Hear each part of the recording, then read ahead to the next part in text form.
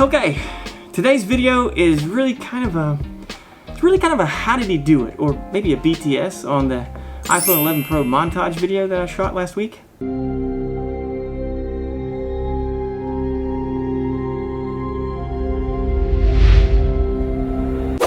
So what I really wanted to do is show you how I shot that opening sequence, because movie magic has always fascinated me, but I know this really isn't movie magic. But it still, I think, was a very challenging and effective shot. Okay, so the first creative thing that I do, aside from developing a story or deciding on what kind of music I'm going to use, is my shots that I'm going to make and how in the world am I going to go about making them. Because sometimes it can be really, really challenging. Now, in doing so in this opening sequence shot, the most cost-effective and easiest thing that I can think of was to use a manual slider. And notice I said manual. Because there are different types of sliders and they can get very expensive, and they are usually like computer assisted or motorized in some sort, and though they have a place, I typically like to use the manual sliders because you get sort of an organic feel that you cannot duplicate. And sometimes the mechanical and the computer assisted sliders get kind of robotic. So if you don't know what a slider is, come with me.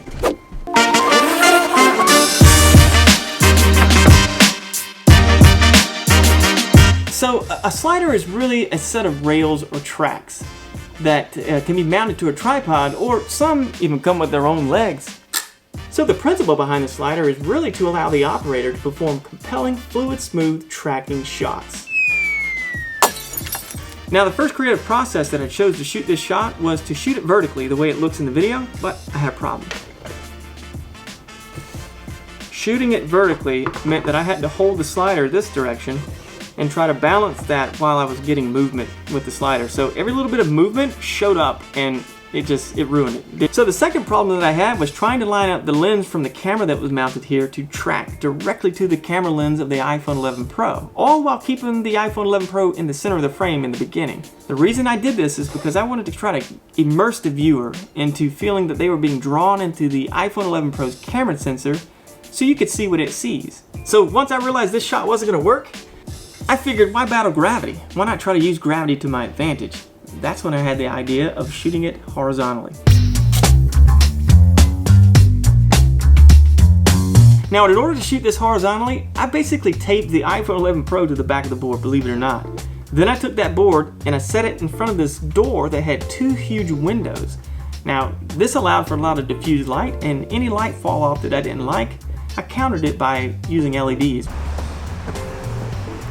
So the other issue that I had to master was the tracking issue of both camera lenses matching up together.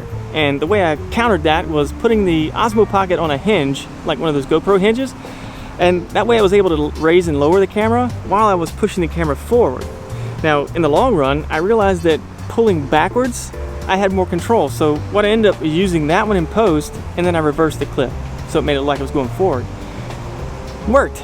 Anyway, I hope you found this interesting and can probably have a little more respect and understand some of the creative processes that go into creating shots of this nature. Now, definitely on a movie set, they're going to be much more detailed, and that is the reason why they have so many people working on a film.